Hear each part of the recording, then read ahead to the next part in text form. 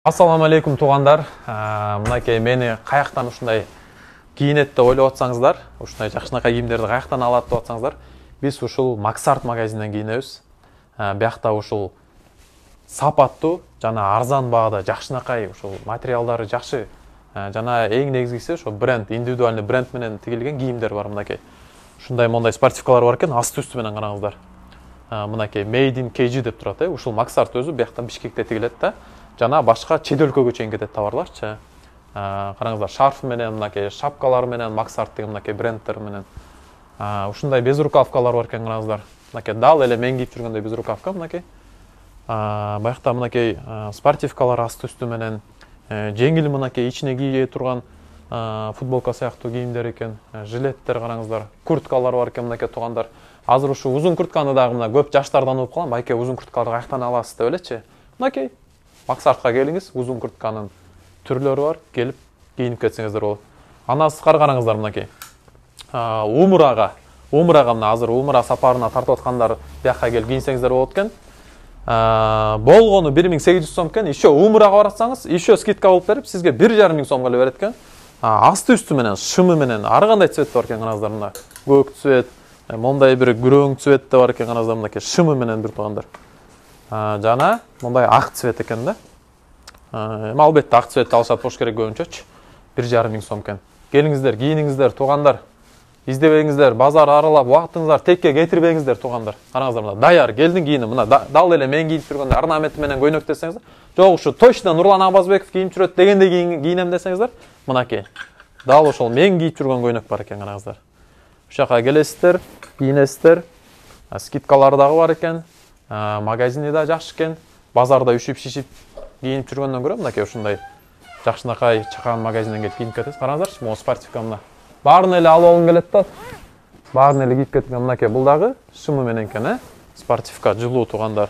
Эң негизгиси мусулмандарга ыңгайлуу, мусулмандарга мындайча айтканда жарашат да. Мындай намаз окуганга дагы эмелери бар, мынакей. Тасырайып мындай жылбай булбай да неудобно болуп калышы мүмкүн да.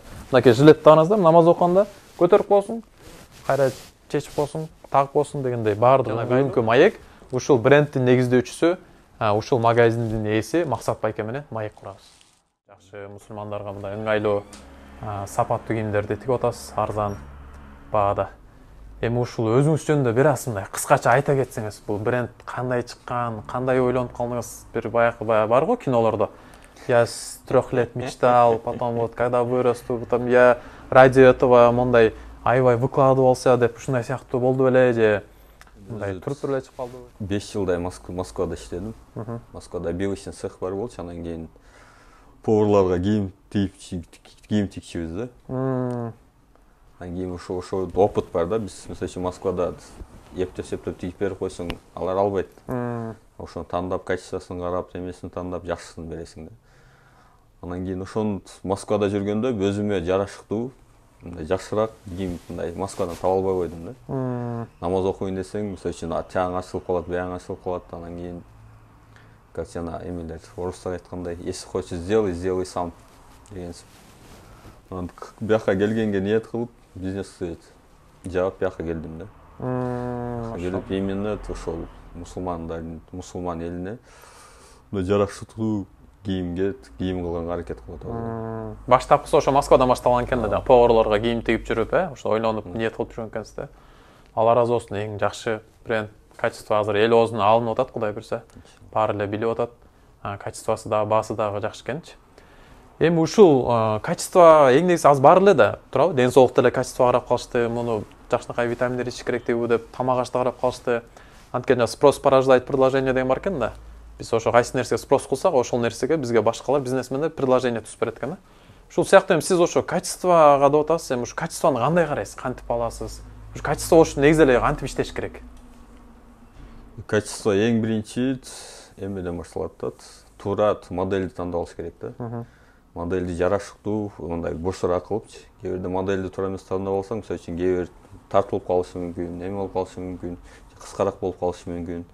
Анын үчүн биринчи өзүбүз бир эмени чыгарып алабыз, бир штукту. Аны өзүбүз кийип көрүп, эмеден өткөрөбүз да. Исследование өткөрүп туруп, анан кийин материалды да обязательно хбшный алабыз да. Анткени синтетика алып алсак, жагы бырышып тырышып эме кылып кытышып ушундай деген жакшыраак ушул материалды алганга аракет кылабыз да.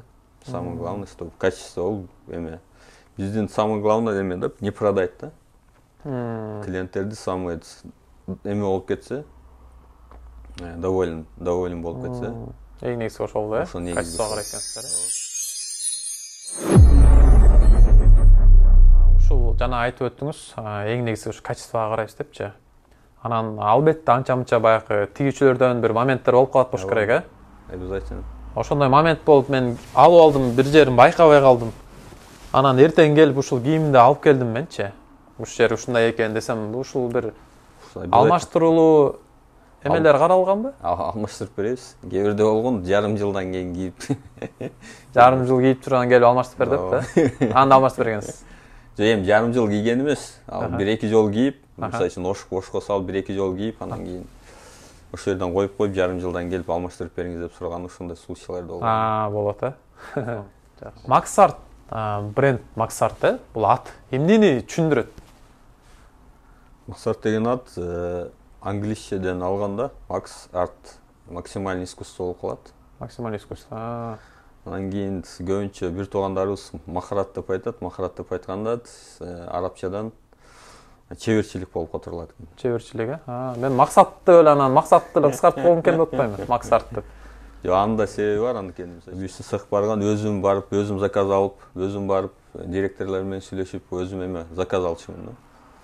Анан кийин максат болуп, анан кийин башка менеджерлерди жөнөтсөм, принимать этпейт да, максат келсин депчи. Анан кийин максат фирманын атын коердо, ошону эме учитывать эттик да.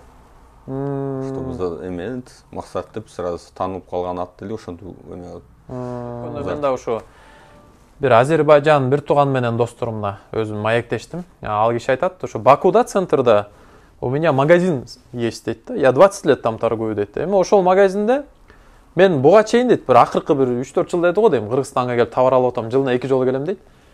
Эми ушул Максат байке мен сурайын дегеним, ошол киши мурун Турциядан алчу экен да, жалаңбай, качествосы жакшы депчи. Эми азыр бизде качествосы да жакшы, баасы да арзан деп бизден алып атыптыр да.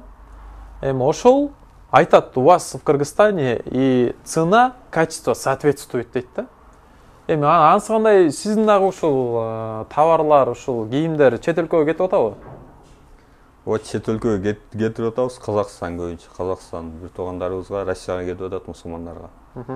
Андагы айтып коер эмем, мисалы үчүн Кыргызстан Швия боюнча, СНГ боюнча эң биринчи место алса болот деп ойлойм, анткени Өзбекстан производствосы чоң, бирок бизде мындай тез чыгара албайт да.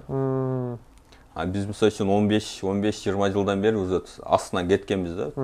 Кийим чыгарыш боюнча, модель боюнча, тездик боюнча Өзбекстан эме эле кирип атат да. Биздин кийимдерди мисалы үчүн Европада да киет, Россияга киет, полностью Казакстанга киет. Мен даже Америкада салгам. Америкада кийип жүрүп реклама кылган да балдар бар да. Европага да салгам, Турцияга да салгам. Бир бала звонок кылып, эме чалып, Турциядан биздин өзүбүздүн кыргыздын кийимин кийгим келет дейт да. Ошого чейин. Жакшы, мен мисалы үчүн үйдө эле жатам, бир Баткенде деп коелу, мисалы үчүнчү, же бир Нарында, ат башыда.